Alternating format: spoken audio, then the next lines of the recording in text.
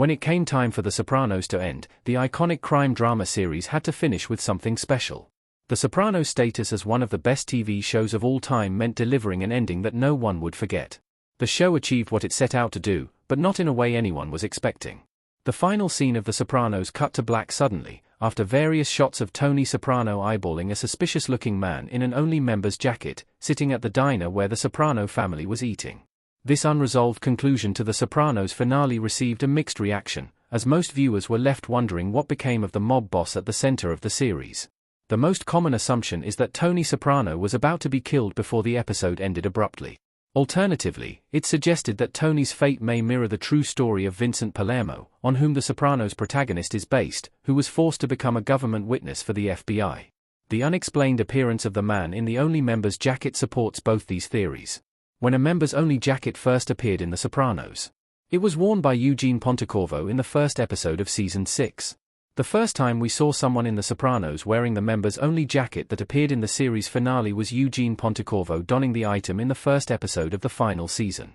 This episode is actually titled Members Only, which is no coincidence, and helped draw our attention to the man in The Sopranos' final scene. Eugene Pontecorvo was a member of Tony Soprano's DeMeo crime family, as well as being one of the longest-running FBI informants in The Sopranos.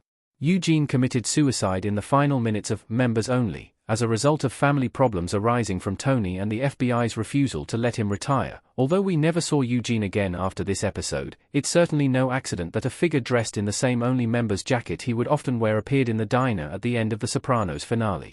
The unnamed character clearly bore some relation to Eugene, whether on the side of the mob or in conjunction with the FBI. Who played the guy in the members only jacket in The Sopranos finale? The unnamed character was played by pizzeria owner Paolo Colandrea. Paolo Colandrea as the man in the only member's jacket in The Sopranos finale. However, the man in the members only jacket in The Sopranos finale was a different character from Eugene Pontecorvo, who was played by Robert Funaro between seasons 3 and 6 of the show. The relationship between the two characters was never clarified beyond their shared choice of jacket.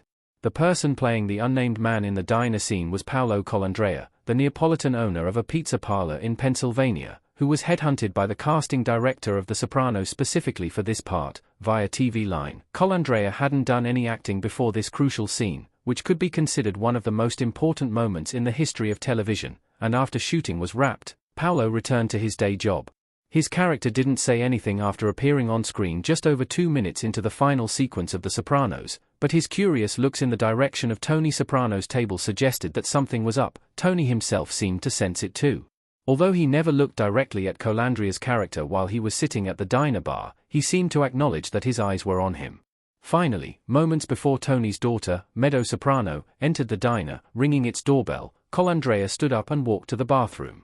Tony Soprano glanced at him briefly, and didn't say another word before The Sopranos cut to black, never to return.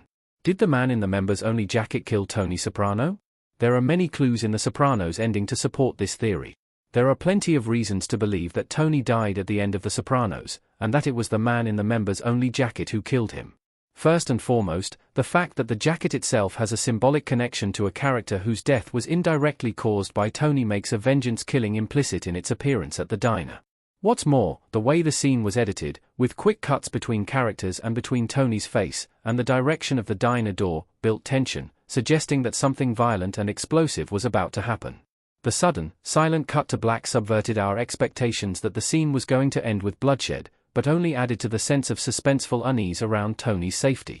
It also seemed to enact the prediction Tony made about getting whacked earlier in The Sopranos Season 6, when he said, "You probably don't even hear it when it happens."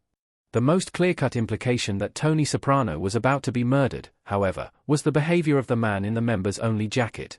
Aside from not saying a word throughout the scene, and turning shiftily on his bar stool to look in Tony's direction, in the final moments of the scene he got up to go to the bathroom. Anyone with even a passing knowledge of gangster fiction will know that the slow, purposeful walk of Paolo Colandrea's character to a restaurant bathroom was a direct reference to The Godfather's most famous sequence.